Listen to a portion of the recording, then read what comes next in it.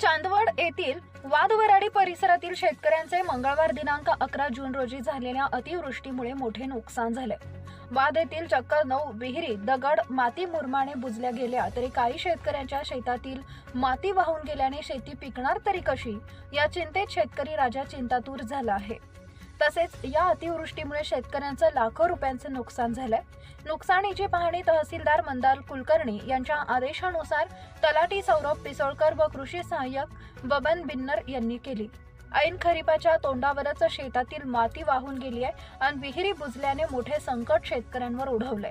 वाद वराडी येथील सरला हरपडे, वर्षा हरपडे, अंजनाबाई जाधव, इंदुबाई जाधव, साहेबराव जाधव, उषा हरपडे, विमल जाधव, बबन हरपडे, बाळू जाधव, दादाभाऊ आहेर, श्रावण जाधव, निवृत्ती जाधव, दत्तू जाधव, भास्कर जाधव, नानाई जाधव, मधुकर दाभाडे आदींसह शेतकऱ्यांचे मोठं नुकसान झालंय।